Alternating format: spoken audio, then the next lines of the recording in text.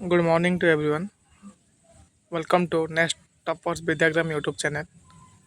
ତ ପରବର୍ତ୍ତୀ ପର୍ଯ୍ୟାୟରେ ଯେଉଁଟାକି ଆମେ ପଢ଼ୁଥିଲୁ 9th କ୍ଲାସ୍ର ପରମାଣୁ ଗଠନ ଯେଉଁଟାକି ଚତୁର୍ଥ ଅଧ୍ୟାୟର ଟପିକ୍ ଯେଉଁଟାକି ବେସିକ୍ ଯାହା ପଢ଼ୁଥିଲୁ ଇଲେକ୍ଟ୍ରନ୍ କ'ଣ ପ୍ରୋଟନ୍ କ'ଣ ପରମାଣୁ କ'ଣ ଅଣୁ କ'ଣ ଦେନ୍ ପ୍ରୋଟନ୍ ଚାର୍ଜ କ'ଣ ଇଲେକ୍ଟ୍ରନ୍ ଚାର୍ଜ କ'ଣ ନ୍ୟୁକ୍ଲିୟସ୍ର ଚାର୍ଜ କ'ଣ ଆଟମ୍ ଭିତରେ କିଏ ରହୁଛି ଦେନ୍ ଆଟମିକ୍ ମାସ୍ କ'ଣ ଦେନ୍ ଆଟମିକ୍ ମାସ୍ର ଭ୍ୟାଲୁ କେତେ ଆଟମିକ୍ ମାସ୍ କେଉଁ ଟାଇପ୍ର ନିର୍ଦ୍ଧାରଣ କରାଯାଉଛି ଏହିସବୁ ଜିନିଷ ଗୁଡ଼ିକ କ'ଣ ଯେଉଁଟା କ'ଣ ବେସିକ୍ କ୍ଲାସ୍ ଯେଉଁଟାକି ପ୍ରଥମ କ୍ଲାସ୍ରେ ଯେଉଁଟାକି ପଢ଼ି ଦେଇଛୁ। ଆଉ ମଧ୍ୟ ସେଇଟା ଆମେ କ'ଣ ଶିଖିଥିଲୁ ଯେ ଅଣୁ ପରମାଣୁକୁ କେମିତି ଆମେ ଚିହ୍ନିବା ଏସବୁ ଜିନିଷ ଗୁଡ଼ିକ କ'ଣ ଯେଉଁଟାକି ପୂର୍ବ ଭିଡ଼ିଓରେ ମୁଁ ଅଲରେଡ଼ି ଡିସ୍କସନ୍ କରିଦେଇଛି। ଆଜି ଖାଲି ପରମାଣୁର ଯେଉଁଟାକି କ'ଣ ପଢ଼ିବା ପରମାଣୁ ଗଠନ ଉପରେ ଯେଉଁଟାକି କ'ଣ ଫାର୍ଷ୍ଟ ଆମର ଅଛି ଯେଉଁଟାକି ଥମ୍ପସନ୍ ମଡ଼େଲ୍। ଏ ଯେଉଁ ଜିନିଷ ଯାକ କ'ଣ ଯେଉଁଟାକି ଦେଇଛି ଏଯାକ କିଛି ଆବଶ୍ୟକ ନାହିଁ ହେଲା। ଯେଉଁ ପୂର୍ବ ଅଧ୍ୟାୟରେ ଆମେ ଜାଣିଲେ ଯେ ପରମାଣୁ ଏଯାକ କିଛି ଆବଶ୍ୟକ ନାହିଁ। ଡାଲ୍ଟନ୍ଙ୍କ ମତ ଯେଉଁଟାକି ଅଲରେଡ଼ି କ'ଣ 3 ନମ୍ବର ଚାପ୍ଟରରେ କ'ଣ ଅଲରେଡ଼ି ପଢ଼ିକି ଆସିଥିବ। ଡାଲ୍ଟନ୍ ମତ ଦେନ୍ ଆସିଲେ କିଏ ଥମ୍ପସନ୍ ମଡ଼େଲ୍ ଏସବୁ ଦେନ୍ ରଦରଫୋର୍ଡ ଦେନ୍ ବୋହର ଏସବୁ ଜିନିଷ ଗୁଡ଼ିକ ଆସିଛନ୍ତି ହେଲା। ପରମାଣୁ ଅଣୁ ବିଷୟ ମୁଁ ଯେଉଁଟାକି କହିଦେଇଛି ଏବେ ତୁମକୁ ଏ ଜିନିଷ ଯାକ କ'ଣ ଆଗେ ଆଉ ବୁଝେଇବାକୁ ଚାହୁଁନି। ତ ଫାର୍ଷ୍ଟ ଆମେ ତୁମମାନେ ବି ଦେଖିଥିବ ଦେଖ ତୁମ ପାଇଁ କାମ ଗୋଟେ ଦେଇଛି ମୁଣ୍ଡ ବାଳ ଶୁଖିଲା ଥିଲାବେଳେ ଗୋଟିଏ ପାନିଆରେ କୁଣ୍ଡ ସେଇ ପାନିଆଟିକୁ ଛୋଟ ଛୋଟ ଟୁକୁରା କାଗଜ ନିକଟରେ ଦେଖାଅ। କାଗଜ ଟୁକୁରାକୁ ପାନି ଆକର୍ଷଣ କରିବ। ଗୋଟିଏ କାଚଦଣ୍ଡକୁ ଏକ ସିଲ୍ କନାରେ ଘଷ ଦଣ୍ଡକୁ ଏକ ଫୁଙ୍କା ହୋଇଥିବା ବେଲୁନ୍ ନିକଟକୁ ନିଅ କ'ଣ ହେଲା ଚେକ୍ କର। ଏହା ତୁମ ଏକ୍ସପେରିମେଣ୍ଟ ହେଲା। ଗୋଟେ ଶୁଖିଲା ପାନିଆ ଆଣିବ ଶୁଖିଲା ପାନିଆ କ'ଣ କରିବ ମୁଣ୍ଡରେ ଖଣ୍ଡିଲା ବାଦେ କ'ଣ ତାକୁ କାଗଜ ନିକଟକୁ ଟୁକୁରା କାଗଜ ନିକଟ ନେଇ କ'ଣ କରିବ ସେ ପାନିଟାକୁ ଦେଖିଲେ ତ ଦେଖିବ କାଗଜଟା କ'ଣ କାଗଜ ଟୁକୁରାଟିକୁ କ'ଣ ପାନିଟା ପୁରା ଆକର୍ଷଣ କରିବ। କାରଣ କ'ଣ ଆମେ ଗୋଟେ ଜିନିଷ କ'ଣ ଯେଉଁଟାକି ରଫ୍ଲି ଘଷିଛୁ ସେଥିପାଇଁ କ'ଣ କରୁଛି ସେ ପୁରା ଆକର୍ଷଣ କରୁଛି। ଦେଖିବ ଗୋଟେ ଜିନିଷ ଗୁଡ଼ିକ ସପୋଜ୍ ଗୋଟେ ଶୁଖିଲା କାଠ ନେବ ତା ଦେହରେ କ'ଣ କରିବ ବିଦ୍ୟୁତ ପ୍ରବାହିତ କରିବ କେବେ ବିଦ୍ୟୁତ ପ୍ରବାହିତ ହେବନି ହେଲା ମାନେ କେବେ ତୁମକୁ କରେଣ୍ଟ ମାରିବନି। କିନ୍ତୁ ଗୋଟେ କଞ୍ଚା କାଠ ଆଣିବ ତାକୁ କ'ଣ କରିବ ପୁରା ସର୍କିଟ୍ କନେକ୍ସନ୍ କରିବ। ସର୍କିଟ୍ କନେକ୍ସନ୍ କଲେ ଜାଣିବ ଯେ କ'ଣ ଯେଉଁଟାକି ବିଦ୍ୟୁତ ସେ ଦେହରେ ତା ଦେହରେ କ'ଣ ଯେଉଁଟାକି ବିଦ୍ୟୁତ ପ୍ରବାହିତ ହେବ। ତ କାରଣ ହେଉଛି କ'ଣ ଯେ ଶୁଖିଲା କାଠଟା ହେଉଛି କ'ଣ ବିଦ୍ୟୁତକୁ ଉପରେ ପାଇ କିନ୍ତୁ କଞ୍ଚା କାଠଟା କ'ଣ ହେଉଛି କ'ଣ ବିଦ୍ୟୁତ ସୁପରି ପାଇ ଯାହା ଦେହ କରେଣ୍ଟ ପାସ୍ ହେଉ ତା କ'ଣ କହୁଛି ବିଦ୍ୟୁତ ସୁପରି ପାଇ ଯେଉଁଟାକି ଇଂଲିଶରେ କହୁଛି କ'ଣ କଣ୍ଡକ୍ଟର। ଯାହା ଦେହ କରେଣ୍ଟ ପାସ୍ ହେଉନି ତାକୁ କ'ଣ କହୁଛି ବିଦ୍ୟୁତ କୁପରିବାହୀ ଯେଉଁଟାକି ଇଂଲିଶରେ କ'ଣ କୁହାଯାଉଛି ଇନ୍ସୁଲେଟର। ଯେ ଉଭୟ ଧର୍ମ ପ୍ରଦର୍ଶନ କରିବ ମାନେ କୁପରିବାହୀ ସୁପରିବାହୀ ବହୁତ ଗୁଣ ପ୍ରଦର୍ଶନ କରୁଛୁ ତାକୁ କ'ଣ କହୁଛି ଅର୍ଦ୍ଧପରିବାହୀ ଯେଉଁଟାକି କହୁଛି କ'ଣ ଇଂଲିଶରେ ସେମି କଣ୍ଡକ୍ଟର ହେଲା। ସିମିଲାରଲି ଏ ଏକ୍ଜାମ୍ପଲ୍ ହେଲା। ତ ଏ ଯାକ କିଛି ଅନ୍ନେସେସରି ଏ କିଛି ଦରକାର ହିଁ ନାହିଁ। ତ ଆମେ ଏଇଠୁ ପଢ଼ିବା ହେଲା। କହିଛି 1897 ମସିହାରେ ବୈଜ୍ଞାନିକ ଜେ ଥମ୍ପସନ୍ ପ୍ରସ୍ତାବ ଦେଲେ ଯେ ବିଯୁକ୍ତ ଚାର୍ଜ କଣିକା ପ୍ରତ୍ୟେକ ପରିମାଣର ଏକ ମୌଳିକ କଣିକା ଏହାକୁ ଇଲେକ୍ଟ୍ରନ୍ ବୋଲି କୁହାଯାଉଛି।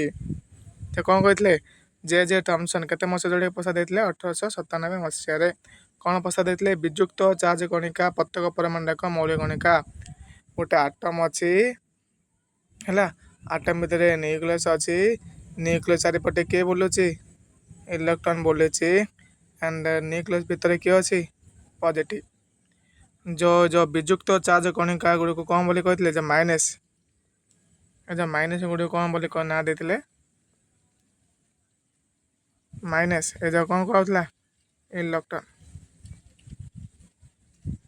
ହେଲା କ'ଣ କୁହାଯାଉଥିଲା କୁ ଇଲେକ୍ଟ୍ରନ୍ ବୋଲି ନାଁ ଦେଇଥିଲେ। ସେ ଇଲେକ୍ଟ୍ରନ୍ ବୋଲି କାହାକୁ ନାଁ ଦେଇଥିଲେ ବିଯୁକ୍ତ ଚାର୍ଜ କଣିକା ପ୍ରତ୍ୟେକ ପରିମାଣର ଏକ ମୌଳିକ କଣିକା। ଦ ମାଇନସ୍ ଚାର୍ଜ ଗୁଡ଼ିକୁ କ'ଣ ବୋଲି ନାଁ ଦେଇଥିଲେ ଥମ୍ପସନ୍ ଇଲେକ୍ଟ୍ରନ୍ ବୋଲି ନାଁ ଦେଇଥିଲେ। ସେଇଥିପାଇଁ କ'ଣ କଲା ଇଲେକ୍ଟ୍ରନ୍ ଆବିଷ୍କାର ହେଉଛନ୍ତି କିଏ ଜେ ଥମ୍ପସନ୍। ଏଇଟା ମଧ୍ୟ ମନେ ରଖିବ। ଏ କ୍ୱେଶ୍ଚିନ୍ କେବେ ଆସିବନି ହେଲା ଇଲେକ୍ଟ୍ରନ୍ କାହାକୁ କୁହାଯାଏ। ଇଲେକ୍ଟ୍ରନ୍ ପ୍ରସ୍ତାବ କିଏ ଦେଇଥିଲେ କ୍ୱେଶ୍ଚିନ୍ ପଚାରିବ ତ ଜେ ଥମ୍ପସନ୍ ଲେଖିବ କେତେ ମସିହା ଦେଇଥିଲେ 1897 ମସିହାରେ। ଆଉ ଯେଉଁ ବିଯୁକ୍ତ ଚାର୍ଜ କଣିକା ଗୁଡ଼ିକୁ ବିଯୁକ୍ତ ଚାର୍ଜ କଣିକାକୁ କ'ଣ ବୋଲି ନାଁ ଦେଇଥିଲେ ଜେ ଥମ୍ପସନ୍ ଇଲେକ୍ଟ୍ରନ୍। ଏଇ ଟାଇପ୍ର ବିଟ୍ ପଚାରିବ ହେଲା ପରୀକ୍ଷାରେ। ତ ଇଲେକ୍ଟ୍ରନ୍ ଆବିଷ୍କାର ପଛରେ କାହାର ଅବଦାନ ଅଛି ହାତ ଯେଉଁଟାକି ଜେ ଥମ୍ପସନ୍ ହେଲା। ଦେନ୍ 1866 ଖ୍ରୀଷ୍ଟାବ୍ଦରେ ବୈଜ୍ଞାନିକ ଏଇ ଗବେଷଣା ପରୀକ୍ଷା ଦ୍ୱାରା ପରମାଣୁ ଯୁକ୍ତ ଚାର୍ଜ କଣିକା ଆବିଷ୍କାର କରିଥିଲେ। ତ ପ୍ଲସ୍ ଚାର୍ଜ ଯୁକ୍ତ ଚାର୍ଜ ମାନେ କ'ଣ ପ୍ଲସ୍ ଚାର୍ଜ କିଏ ଆବିଷ୍କାର କରିଥିଲେ ଇ ଗୋଲ୍ଡଷ୍ଟେନ୍ ହେଲା। କେତେ ମସିହାରେ 1886 ଖ୍ରୀଷ୍ଟାବ୍ଦ 1886 ଖ୍ରୀଷ୍ଟାବ୍ଦରେ କ'ଣ ଏଇ ଗୋଲ୍ଡଷ୍ଟେନ୍ ଯେଉଁଟା କ'ଣ ପ୍ରୋଟନ୍ ଯେଉଁଟାକି ବାହାର କରିଥିଲେ। ଯୁକ୍ତ ଚାର୍ଜ କଣିକା ନାମ ବୋଲି କ'ଣ ଦେଇଥିଲେ ସେ ପ୍ରୋଟନ୍। ପ୍ଲସ୍ ଚାର୍ଜ କ'ଣ ଦିଆଯାଇଥିଲା ପ୍ରୋଟନ୍ ବୋଲି ନାଁ ଦେଇଥିଲେ କିଏ ଇ ଗୋଲ୍ଡଷ୍ଟେନ୍। ଦେଖ ପ୍ରୋଟନ୍ ବସ୍ତୁତ ଇଲେକ୍ଟ୍ରନ୍ ବସ୍ତୁତ କେତେ ଗୁଣ 1837 ଗୁଣ। ପ୍ରୋଟନ୍ର ବସ୍ତୁତ ଯେତିକି ଥିବ ଇଲେକ୍ଟ୍ରନ୍ ବସ୍ତୁତର କ'ଣ 1837 ଗୁଣ ମାନେ ପ୍ରୋଟନ୍ ବସ୍ତୁତ ଇଣ୍ଟୁ 1837 ଗୁଣ କ'ଣ ଇଲେକ୍ଟ୍ରନ୍। ବୁଝିପାରିଲ ତ। ପ୍ରୋଟନ୍ ମାସ୍ ଅଫ୍ ପ୍ରୋଟନ୍ କେତେ Times of 1836 Times of mass of electron ହେଲା ସେ କହିଛି ହେଲା। ପ୍ରୋଟନ୍ର ବସ୍ତୁତ ଇଲେକ୍ଟ୍ରନ୍ ବସ୍ତୁତ କେତେ ଗୁଣ 1836 ଗୁଣ। ଏଇଟା ମଧ୍ୟ ପରୀକ୍ଷାରେ ଆସିବା ମନେ ରଖିବା ପିଲାମାନେ। ପ୍ରୋଟନ୍ ବସ୍ତୁତ ଇଲେକ୍ଟ୍ରନ୍ ବସ୍ତୁତ କେତେ ଗୁଣ 1837 ଗୁଣ। ସିମିଲାର ଯଦି ପଚାରିଥିବ ଇଲେକ୍ଟ୍ରନ୍ ବସ୍ତୁତ ପ୍ରୋଟନ୍ ବସ୍ତୁତ କେତେ ଗୁଣ 1/1837 ଗୁଣ ହେଲା। ତ ଏମି ଇକ୍ୱାଲ୍ କେତେ ଆସିବ 1/1836 ଟାଇମ୍ସ ଅଫ୍ କ'ଣ ଏମ୍ପି। ଅଣ୍ଡରଷ୍ଟାଣ୍ଡ ହେଲା। ଇଏ ସବୁ ଥିଲା କ'ଣ ଯେଉଁଟାକି ତୁମର ଜେ ଥମ୍ପସନ୍ ମତ କ'ଣ ଦେଇଥିଲେ ପ୍ରୋଟନ୍ କିଏ ବାହାର କରିଥିଲା ଇଲେକ୍ଟ୍ରନ୍ କିଏ ବାହାର କରିଥିଲା ଯେଉଁଟାକି ମୁଁ ଅଲରେଡ଼ି ପ୍ରିଭିୟସ୍ ଭିଡ଼ିଓରେ ମୁଁ କହିଦେଇଛି। ଖାଲି ଏବେ ଖାଲି କ'ଣ ଅନଲି ଫର୍ ସର୍ଟ ମେମୋରି ପାଇଁ ଯେଉଁଟାକି ମୁଁ ତୁମକୁ ବୁକ୍ ହିସାବରେ କହୁଛି ହେଲା। ଦେନ୍ ପରମାଣୁ ଗଠନ ଏଟା କିଛି ଆବଶ୍ୟକ ନାହିଁ। ତ ଆମେ ଡାଇରେକ୍ଟ ଯିବା ପିଲେ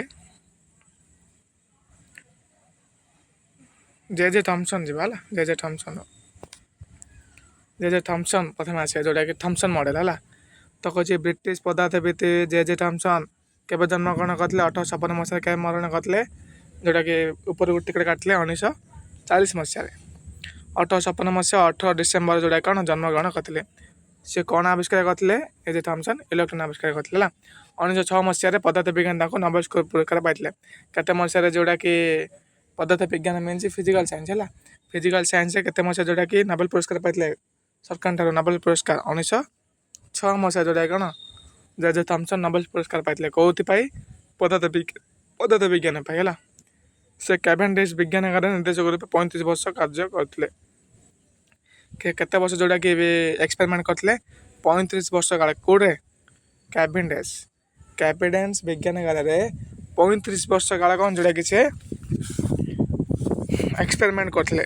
ଏ ଯେଉଁ ପ୍ରୋଟନ୍ ଆଉ ଇଲେକ୍ଟ୍ରନ୍ ଏ ଯେଉଁ ଚାର୍ଜ ଉପରେ ସେ କ'ଣ ଏକ୍ସପେରିମେଣ୍ଟ କରିଥିଲେ ହେଲା। ଇଲେକ୍ଟ୍ରନ୍ ଚାର୍ଜ କେମିତି କ'ଣ ବାହାରୁଛି ବୋଲି। ଦେନ୍ ତାଙ୍କ ଥିଲେ ଆଉ କିଏ ମଧ୍ୟ ପୁରସ୍କାର ପାଇଥିଲେ 7 ଜଣ ସହକାରୀ ଗବେଷକ ଯେଉଁଟାକି ନୋବେଲ୍ ପୁରସ୍କାର ପାଇଥିଲେ ହେଲା। ଜେ ଥମ୍ପସନ୍ ନୋବେଲ୍ ପୁରସ୍କାର ପାଇବା ସଙ୍ଗେ ସଙ୍ଗେ ଆଉ ମଧ୍ୟ କିଏ ଯୋଗଦାନ ଦେଇଥିଲେ ତାଙ୍କ 7 ଜଣ ସହକାରୀ। ଜଣେ ଧରିକି କ'ଣ ଜଣକୁ ନେଇ କେବେ ହେଲେ କ'ଣ ଏକ୍ସପେରିମେଣ୍ଟ କରାଯାଏନି କାରଣ 2-3 ଜଣଙ୍କୁ ଗୋଟେ ଏକ୍ସପେରିମେଣ୍ଟ ପାଇ ଗୋଟେ ଟିମ୍ ମ୍ୟାକ୍ସିମମ୍ 4 or 5 ଯେଉଁଟାକି ରହିବା କଥା କିନ୍ତୁ ଯେ ତାଙ୍କର ଅଧିକ ଅଛି ସେଥିପାଇଁ ମଧ୍ୟ କ'ଣ ଚଳିବ। ତ ତାଙ୍କର କେତେଜଣ ସହପାଠୀ ଥିଲେ ରିସର୍ଚ୍ଚରେ 7 ଜଣ ଥିଲେ ହେଲା। ତ ଏବେ ପଢ଼ିବା ଆମେ କ'ଣ ଥମ୍ପସନ୍ ପରମାଣୁ ମଡ଼େଲ୍। ତ ଥମ୍ପସନ୍ଙ୍କ ପରମାଣୁ ମଡ଼େଲ୍ ଗୁଡ଼ିକ ପଢ଼ିବା ପୂର୍ବରୁ ଟିକେ ଆମେ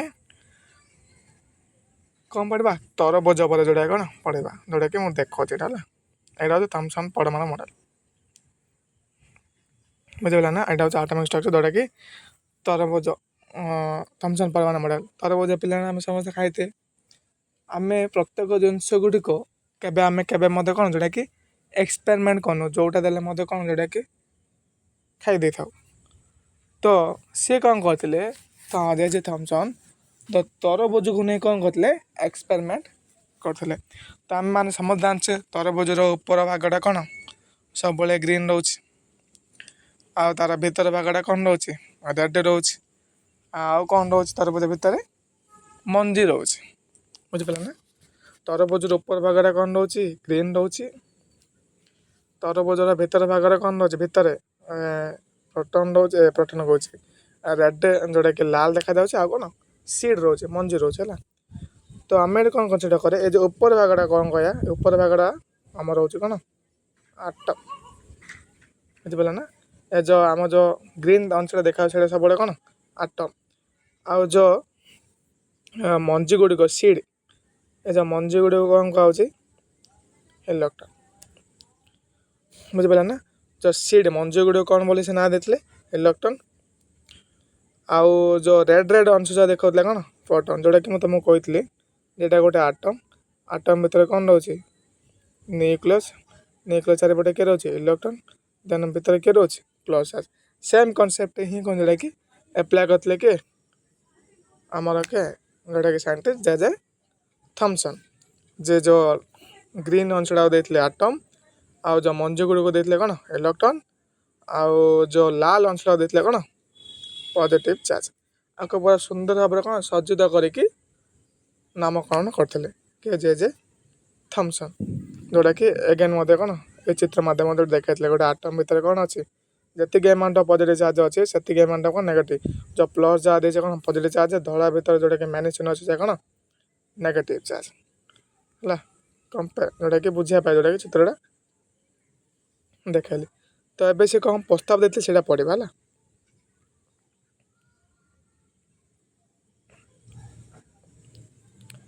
ଯେ ଥମ୍ପସନ୍ କ'ଣ କହିଥିଲେ, ଥମ୍ପସନ୍ ପରମାଣୁ ମଡେଲ ଅନୁଯାୟୀ ପରମାଣୁଟି ଏକ ଯୁକ୍ତାତ୍ମକ ଚାର୍ଜ ଥିବା ଏକ ଗୋଲକ।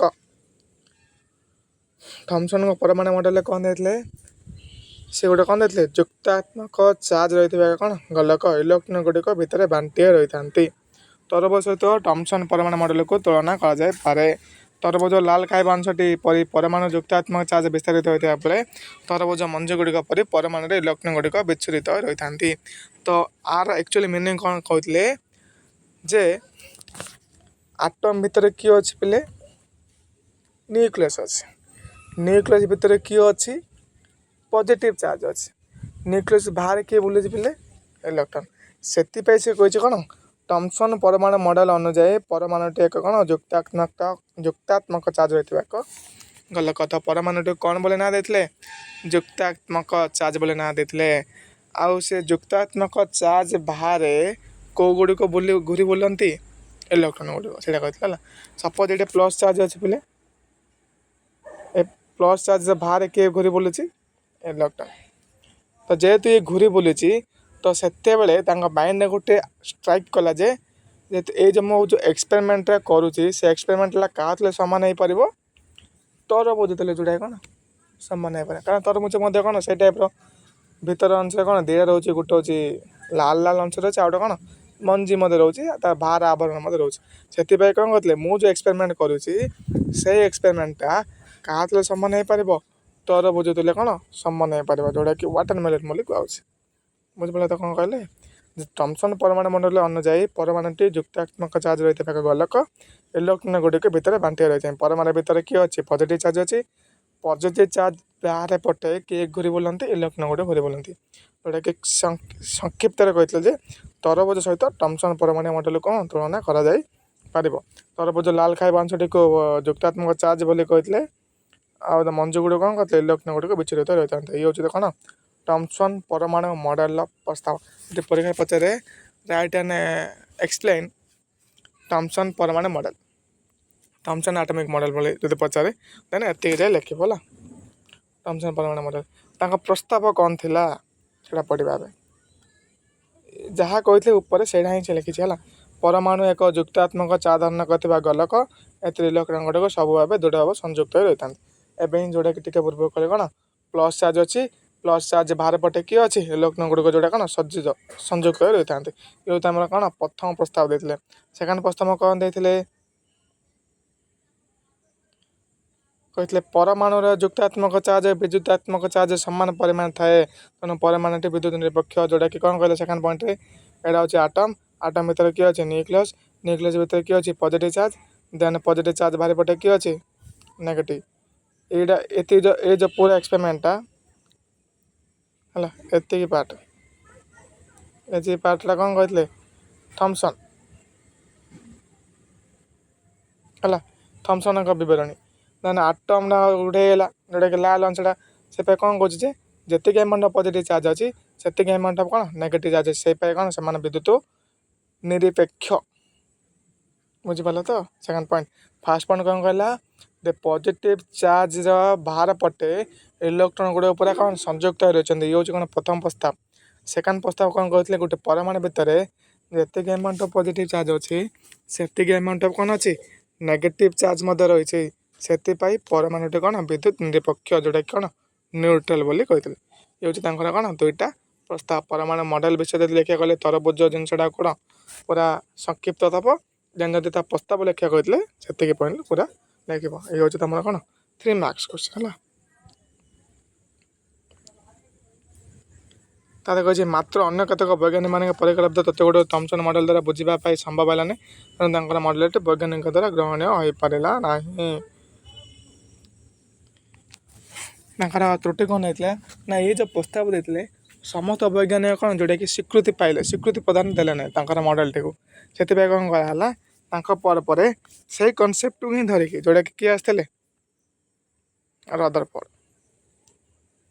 है से कनसेप्ट को धरिकी रदरफोर्ड कौन करते बाहर करते जे परमाणु तो अच्छी परमाणु भितर प्रोटॉन अच्छी न्यूट्रॉन अच्छी प्रोटॉन अच्छी इलेक्ट्रॉन अच्छी देन न्यूट्रॉन मत रोचे देन इलेक्ट्रॉन गुड़िक मूव कर मत जानवर अच्छे प्रोटॉन गुड़िक मूव कर जानवर अच्छे तो जो मूव कर इलेक्ट्रॉन गुड़िक परमाणु भितर से जो एक्सपेरिमेंट किए करते आमर साइंटिस्ट रदरफोर्ड बुझिपाल तो कही परमाणु मध्य इलेक्ट्रॉन गुड़िक किपर सज्जित रही से विषय जानवा वैज्ञानिक अर्नेस्ट रदरफोर्ड आग्रह प्रकाश करते से कौन भाव करते परमाणु भितर इलेक्ट्रॉन गुड़िक कौ टाइप रोचंती ताकू जानापी रदरफोर्ड कौन एक्सपेरिमेंट करते से एक परीक्षार परिकल्पना कले यह परीक्षा खंडे अति बोतल सुनापत्या उपर तीव्र बेगर करवा आल्फा कणिका जोड़ा निक्षेप करागला आल्फा कणिका ना कौन नहीं से He++ तो पिले मैंने तुम गोटे मन में प्रश्न थी जे आल्फा कणिका He++ कहीं नहीं तो तार रिजन हो पिले दे आम प्रथम आटम कौन अच्छे हाइड्रोजन देन सेकेंड आटम हूँ कौन helium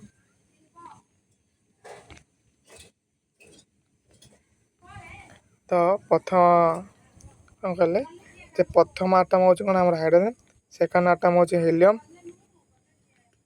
hydrogen helium lithium then boron मध्य अच्छी तो एत जहाँ मौलिक अच्छी देन 10 मौलिक मुझे लिखिले कौन नियन तो हीलियमटा कहीं ना हीलियम आटम सेल के दुईटा इलेक्ट्रॉन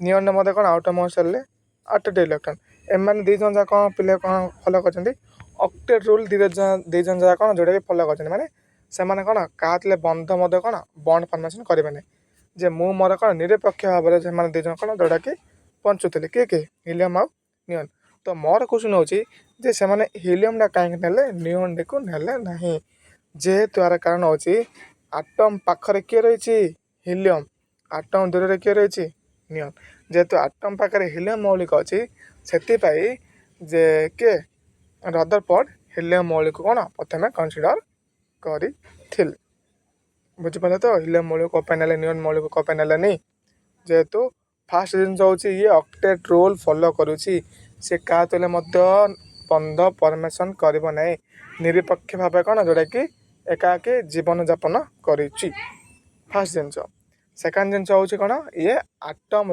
पाख रोच से हीलियम मौलिक कौन कनसीडर करागला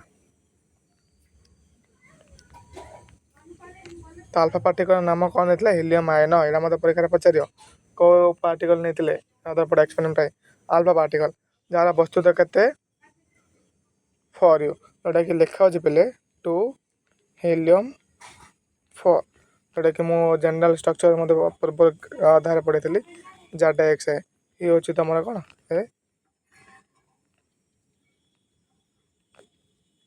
देन ये हूँ कौन तुम कौन जेड जोटा कि प्रोटॉन संख्या ये हूँ कौन वस्तु संख्या बुझिपारा ना देन ये कौन कौन एक्सपेरिमेंट करते तो 3टा जिनस जोड़ा कौन पाई कौन पाई एक्सपेरिमेंट रे तो फास्ट जिनस कहते अधिकांश आल्फा कणिका शून्यपात्या मत दे सीधा सड़ा कौन भाव में गति करते अधिक अधिक आल्फा कणिका गुड़िक क्या प्रभावित होते शून्यपात्या परीक्षा दे कौन परमाणु भितर कौन पूरा बाहर जाते ଗତି କରିଦେଉଥିଲେ। ଦେନ୍ କହୁଛି କିଛି ଆଲଫା କଣିକା ଗତିପଥର ବଙ୍କେଇ ହେଇଗଲେ। ଫାର୍ଷ୍ଟ କ୍ୱେଶ୍ଚନ୍ କ'ଣ କହିଲା, ପରମାଣୁ ଭିତରେ ପ୍ରତ୍ୟେକ ଆଲଫା କଣିକା ଗୋଟେ କ'ଣ ଯେଉଁଟାକି ପାସ୍ ହେଇଗଲେ। ସେখানে କ'ଣ କହିଲେ, କିଛି ଆଲଫା କଣିକା ଗୁଡ଼ିକ ଗତିପଥ ବଙ୍କେଇ ହେଇଗଲା। ସପୋଜ ଇଏ ଗୋଟେ ଆଲଫା କଣିକା ଯାଉଛି, ଆର ଗତିପଥ କ'ଣ ହେଲା ଏମିତି ହେଇଗଲା। ଇଏ ଗୋଟେ ଆଲଫା ପାର୍ଟିକଲ ଯାଉଛି, ଆର ଗତିପଥ କ'ଣ ବଙ୍କେଇ ହେଇଗଲା। ଇଏ ଗୋଟେ ଆଲଫା ପାର୍ଟିକଲ ବଙ୍କେଇ ହେଇଗଲା। ଇଏ ହେଉଛି ସେକେଣ୍ଡ ପଏଣ୍ଟ। ଥାର୍ଡ଼ ପଏଣ୍ଟ କ'ଣ କହିଛି, ଅଳ୍ପ କିଛି ଆଲଫା କଣିକା ସୁନାପଥରେ ଭେଦ ନ କରି ଯେଉଁ ଦିଗରେ ଯାଇଥିଲେ ଠିକ୍ ତାର ବିପରୀତ ଦିଗରେ କ'ଣ ପଛକୁ ଫେରି ଆସିଲେ।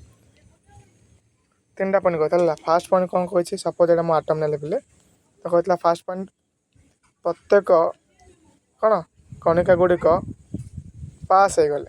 ଇଏ ହେଉଛି ତୁମ ପ୍ରଥମ ପଏଣ୍ଟ। ସେକେଣ୍ଡ ପଏଣ୍ଟ କ'ଣ କହିଥିଲେ, ଆଲଫା କଣିକା ଗୁଡ଼ିକ କ'ଣ ଗଲେ ପରମାଣୁ ଭିତରେ ଦେଇ, କିନ୍ତୁ କ'ଣ ସେମାନଙ୍କ ଗତିପଥ ବଙ୍କେଇ ହେଇଗଲା। ତ ଷ୍ଟ୍ରେଟ୍ ଗଲା ବୋଧେ ଆର କ'ଣ ବଙ୍କେଇ ହେଇଗଲା। ଷ୍ଟ୍ରେଟ୍ ଗଲା ବୋଧେ କ'ଣ ବଙ୍କେଇ ହେଇଗଲା। ଇଏ ଷ୍ଟ୍ରେଟ୍ ଗଲା ବୋଧେ କ'ଣ ଇଏ ବଙ୍କେଇ ହେଇଗଲା।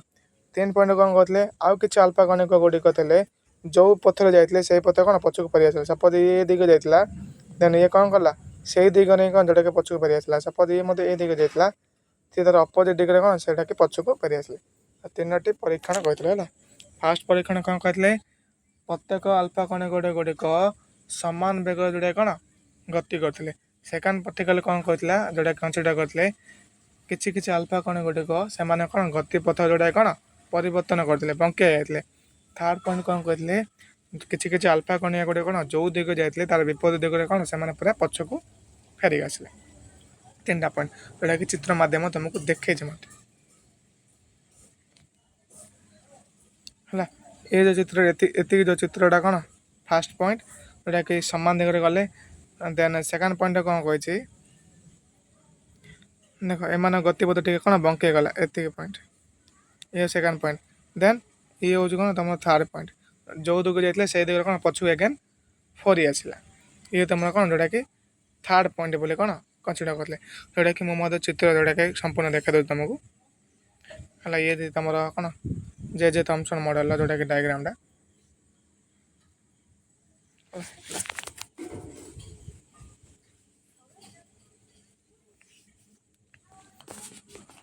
ଦେଖ, ଯେଉଁ ଦିଗରେ ଯାଇଥିଲା ସେମ୍ ଦିଗରେ ଗଲେ। ଦେନ୍ କ'ଣ କଲେ, ସେମାନଙ୍କ ଗତିପଥ ବଙ୍କେଇ ଗଲେ। ଦେନ୍ ସେମାନେ ଯେଉଁ ଜାଗା ଯାଇଥିଲେ ତା ପଛକୁ ମଧ୍ୟ କ'ଣ ଫେରି ଆସିଲେ। ତିନିଟା ପଏଣ୍ଟ ହେଲା। ଇଏ ତୁମର କ'ଣ ଡାଇଗ୍ରାମ କାହାର ସୁନାପତିଆ ପରୀକ୍ଷା। ତିନିଟା ପଏଣ୍ଟ ଲେଖିବ ସୁନାପତିଆ ପରୀକ୍ଷା ଉପରେ। ସୁନାପତିଆ ପରୀକ୍ଷାର ଏକ୍ଜାମ୍ ଯଦି ପଚାରିଲେ କେଉଁଠି କେତେ ଲେଖିବ ମୁଁ ତୁମକୁ କହିଦେଉଛି। ଫାର୍ଷ୍ଟ ଏଜା ସବୁ ଲେଖିବ ହେଲା। ପଢ଼ାଗଲା।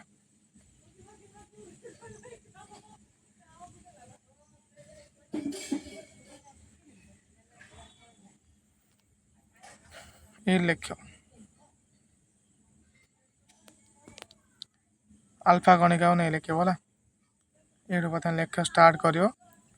देन ये सब तीन टा पॉइंट जा लिख ए पॉइंट 2 देन तीन टा पॉइंट लिख। देन ए चित्रटा मध्य काटियो। ए चित्रटा मध्य कौन ड्र करियो कहले तुम मार्क दब। सुनापतिया परीक्षा परीक्षा पचार सुनापतिया परीक्षा कौन जोटा कि मेंशन करियो। सब जिनस गुड़ कहीं कहला माने किसी किसी कणिया गुड़ जोड़ा कौन पास हो गला। तेने किसी कौन जोटा कि पछक पलि आसला। आ किसी गुड़ कौन बंके माने पार्श्व परिवर्तन करदे मीन जोटा कि कौन रास्तार परिवर्तन करदे। ए सब गुड़ कहीं कहते जोटा कि तार मत सिद्धांत देता है। फास्ट पॉइंट सिद्धांत कौन देते से सुनापथर परमाणु भितर अधिकांश स्थान पंपा कारण अधिकांश अल्फा कणिका सुनापथ मत दे चली जाते। मुझे फास्ट पॉइंट कौन कहली जो सबुजा मौलिक कौन पास हो गला। सबुजा जो मौलिक पास हो जाते तार कारण हूँ कौन कारण सुनापथर अधिकांश स्थान कौन थी पूरा पंपा था माने पूरा जोटा कि सिलिंडर टाइप रहा पंपा सिलिंडर कम कौन पूरा माने गैस पूरा भरी न टोटाल गैस न से कौन कहला जेहेतु सुनापथ्यर अधिकांश स्थान कौन जोटा कि पूरा फांका था जहाँफल कौन अल्फा कणिया गुड़ा कौन इजिली जोटा कि कौन मुव करदे।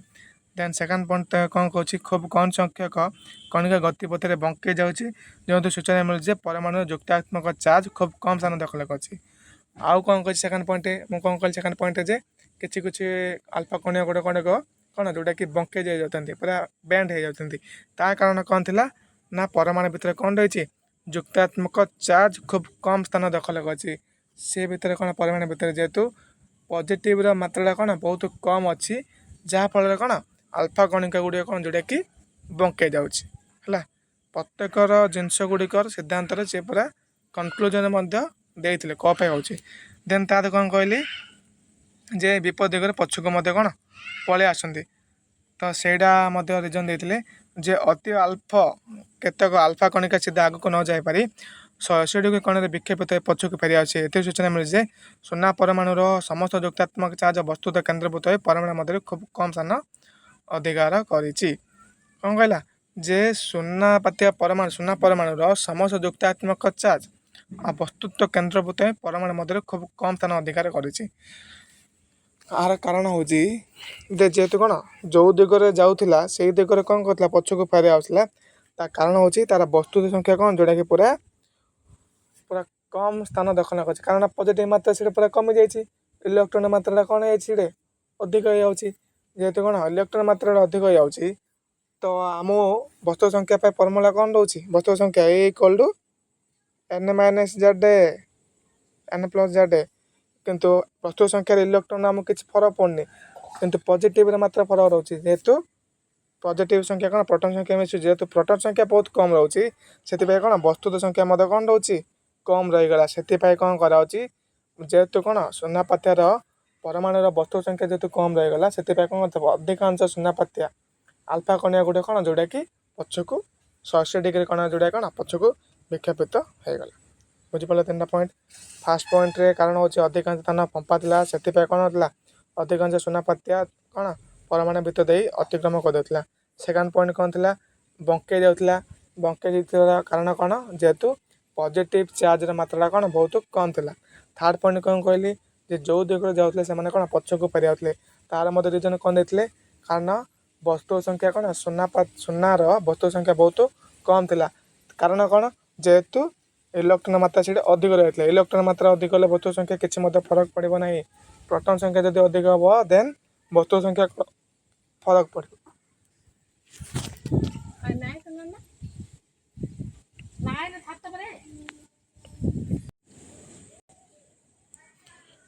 ଦେନ୍ ରଦରଫୋର୍ଡ ମଡ଼େଲ୍ କ'ଣ ଥିଲା ତାଙ୍କ ମଡ଼େଲ୍ ଦେଇଥିଲେ ସୁନାପାତ୍ୟା ପରୀକ୍ଷା କଲେ ଏତିକି ଯାଇ ପୁରା ଲେଖିବ, କେତିକି ଯାଉଛି ଏ 300 ଯାଏ ଲେଖିବ ହେଲା। ଏ 3ଟା ଯାଏ ପଏଣ୍ଟ ମଧ୍ୟ ଲେଖିବ ସେଇଟା ସୁନାପାତ୍ୟା ପରୀକ୍ଷା। ଦେନ୍ ରଦରଫୋର୍ଡର ମଡ଼େଲ୍ କ'ଣ ଦେଇଥିଲେ କ'ଣ କହିଛି ପରମାଣୁର ଏକ ଯୁକ୍ତାତ୍ମକ ଚାର୍ଜ କେନ୍ଦ୍ର ରହିଛି ଯାହାକୁ ନ୍ୟୁକ୍ଲିୟସ୍ କୁହାଯାଉଛି। ପରମାଣୁର ପ୍ରାୟ ସମସ୍ତ ବସ୍ତୁ ନ୍ୟୁକ୍ଲିୟସ୍ କେନ୍ଦ୍ରୀଭୂତ ରହିଛି। ନ୍ୟୁକ୍ଲିୟସ୍ ଚାରିପଟେ ବହୁତ ଫାଙ୍କା ସ୍ଥାନ ରହିଛି। ସେକେଣ୍ଡ ପଏଣ୍ଟ କ'ଣ ହେଉଛି ଇଲେକ୍ଟ୍ରନ୍ ଗୁଡ଼ିକ ନ୍ୟୁକ୍ଲିୟସ୍ ଚାରିପଟେ ଥିବା ଫାଙ୍କା ସ୍ଥାନରେ ନିର୍ଦ୍ଦିଷ୍ଟ କକ୍ଷପଥରେ ଘୁରୁଛନ୍ତି। ପରମାଣୁ ଆକାର ତୁଳନାରେ ନ୍ୟୁକ୍ଲିୟସ୍ ଆକାର କ'ଣ ଖୁବ୍ ଛୋଟ। 3ଟା ପଏଣ୍ଟ ମୁଁ ଯେଉଁଟାକି ଚିତ୍ର ମାଧ୍ୟମରେ ଦେଖାଇ ଦେଉଛି ହେଲା। ଏଇଟା ସପୋଜ୍ ପିଲା ଧର ଏଇଟା ଆଟମ୍ ତମର ପରମାଣୁ ଆଟମ୍ ଭିତରେ କ'ଣ ଅଛି ବୋଲି ନ୍ୟୁକ୍ଲିୟସ୍ଟା କେଉଁଠି ଅଛି ପୁରା ସେଣ୍ଟର ପଏଣ୍ଟରେ ଅଛି। ତ ଇଏ କ'ଣ କରୁଛି ସବୁଜା ମାସ୍ ଏ ଯେଉଁ ପୁରା ସବୁଜା ମାସ୍ ଏ ଯେଉଁ ପରମାଣୁର ଏ ଯେଉଁ ଗୋଲ୍ଡଟା ଅଛି ଏ ସବୁଜା ମାସ୍ କ'ଣ କରୁଛି କେଉଁଠି ମିଶୁଛି ଯାଇକି କେନ୍ଦ୍ରରେ ମିଶୁଛି। ସେଇଟା ସେ କହୁଛି ଫାର୍ଷ୍ଟ ପଏଣ୍ଟ ହେଲା।